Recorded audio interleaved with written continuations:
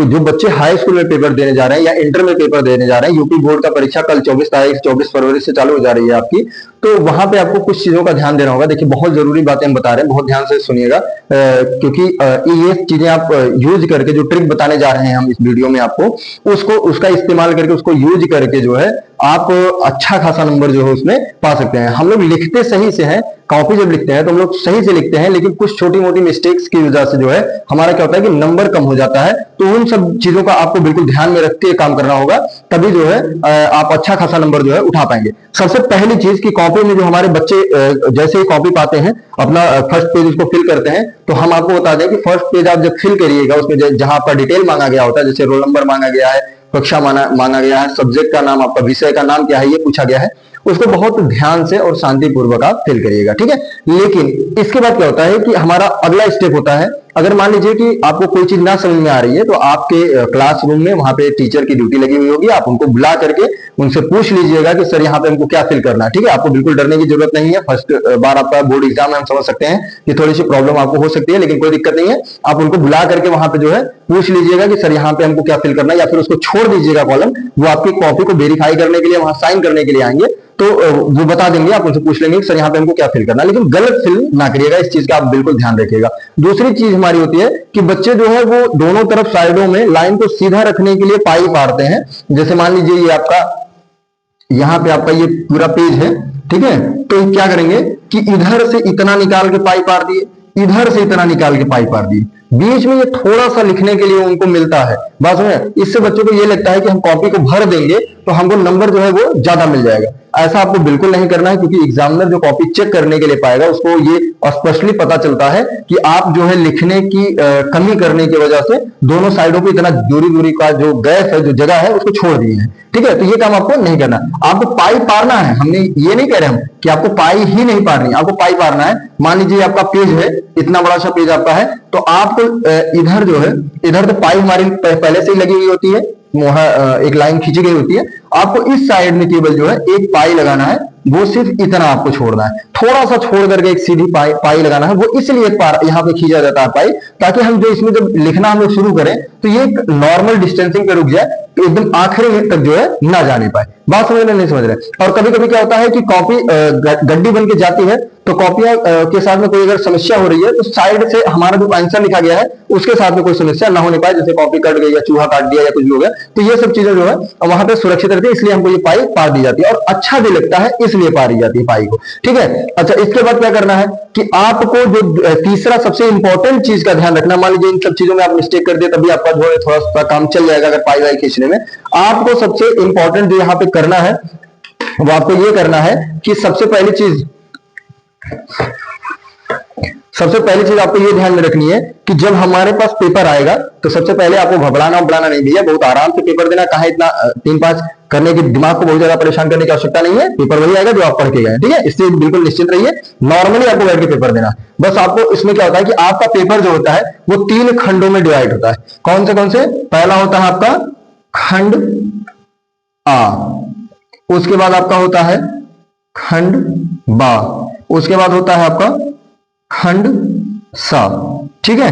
3 खंड में इसको जो है आपका जो पूरा पेपर होता है इसको डिवाइड किया जाता है। कितने खंडों में डिवाइड किया जाता है? 3 खंड में। और अमूमन 99% बच्चे जो होते हैं वो खंड आ से लिखना आरंभ कर देते हैं। आपको नहीं करना है, आपको नहीं करना, जो कर रहा है उसको करने दीजिए, कोई दिक्कत नहीं। हम ये भी नहीं कह रहे कि खंड आ से शुरू करना गलत है, ठीक है, वो भी सही है, ठीक है, कोई दिक्कत नहीं है, लेकिन आपको इस तरीके से नहीं करना। आपको करना क्या है, देखिए सबसे बड़ा जो क्वेश्चन होता है, सबसे लॉन्ग क्वेश्चन जो होता है वो खंड सा में होता है, समझाया। इसमें आपका मान लीजिए जितना क्वेश्चन करना होता है उसके अकॉर्डिंग उसमें शब्द दिए गए होते हैं। अगर इसमें 2 क्वेश्चन आपको करना है तो सबसे ज्यादा नंबर का जो होता है ये होता है। अगर इसमें 2 क्वेश्चन करना है तो आप मानिए कि कम से कम आपको 550 शब्दों में लिखना है, 550 शब्दों में लिखना है। हालांकि यहाँ शब्द से हमको बहुत ज्यादा मतलब नहीं रखना है, इसको हम हटा दें। हम आपको एक अनुमानन पेज बता दे रहे हैं, पृष्ठ बता दे रहे हैं, अनुमानन आपको कितना लिखना है। तो खंड सा में जो आपको लिखना है, खंड सा में ये 2 प्रश्न होंगे अगर इसमें, तो आपको एक प्रश्न को जो है वो कम से कम 3 से 4 पेज में लिखना है, 3 से 4 पेज में लिखना है। अब उसके बाद खंड बा को क्या करना है, खंड बा जो होता है ये देखिए ये शॉर्ट होता है, ठीक है, यानी ये आपका जो है विकल्पी हो सकता है या इसमें एक परिभाषा डेफिनेशन इस टाइप का कुछ देने के लिए आ सकता है, या बहुविकल्पी भी आ सकता है। बा वाला जो क्वेश्चन होता है, खंड बा वाला, इसमें आपको नॉर्मली क्वेश्चन जो लिखना होता है लगभग इसमें जो है 150 से 200 वर्ड के आसपास होता है। तो इसमें आपको क्या करना है कि 1.5 से 2 पेज में लिखना है, 1.5 से 2 पेज में लिखना है। बात समझ नहीं समझ रहा है? और इसको जो है ये आपको आधे पेज में लिखना है, इसको 0.5 कर सकते हैं या 1/2 पेज, आधा पेज में इसको कम से कम लिखना है। समझा गया? इससे ज्यादा लिखने की आवश्यकता नहीं है, जितना इसमें हम बता दिए हैं इससे ज्यादा आपको लिखने की आवश्यकता नहीं है। दूसरी चीज, पाई पार के पेज नहीं भरना है, हमको पाई कम से कम पारनी। अब इसके बाद हमको पहला खंड जो लिखना है, सबसे पहले जो स्टार्ट करना, हमको कहां से स्टार्ट करना है? पहले हम लोग खंड जो है, सबसे पहले हम लोग जो है खंड सा का दोनों क्वेश्चन करेंगे। क्या करेंगे? खंड सा का दोनों क्वेश्चन पहले सॉल्व करेंगे। इसके बाद जो है जब इनका दोनों क्वेश्चन, प्रश्न नंबर 1 और प्रश्न नंबर 2 जो भी होगा, अब उसका खंड सा में जो प्रश्नोत्तर नंबर आपको आ रहा होगा वो आप सेलेक्ट करके वहां पे सॉल्व करिए, कोई दिक्कत नहीं। खंड आ के बाद दूसरे नंबर पे हम क्या करेंगे? खंड बा करेंगे। क्या करेंगे? खंड बा। खंड बा के जितने क्वेश्चन हमको करने के लिए उसमें बताया गया होगा पेपर में, वहां पर उनका जो है जो निर्देश रहता है वो लिखा गया होता है। तो आपको खंड बा का सभी क्वेश्चन कर लेना है, ठीक है। खंड बा का करने के बाद आपको क्या करना है? खंड आ का क्वेश्चन करना है। इस चीज का ध्यान रखना। बात समझ नहीं है? हम आपके अध्यापक है, आप इसको चाहे हमारा आदेश समझिएगा या फिर जो है अपना मित्र की वजह से हमारा रिक्वेस्ट समझिएगा।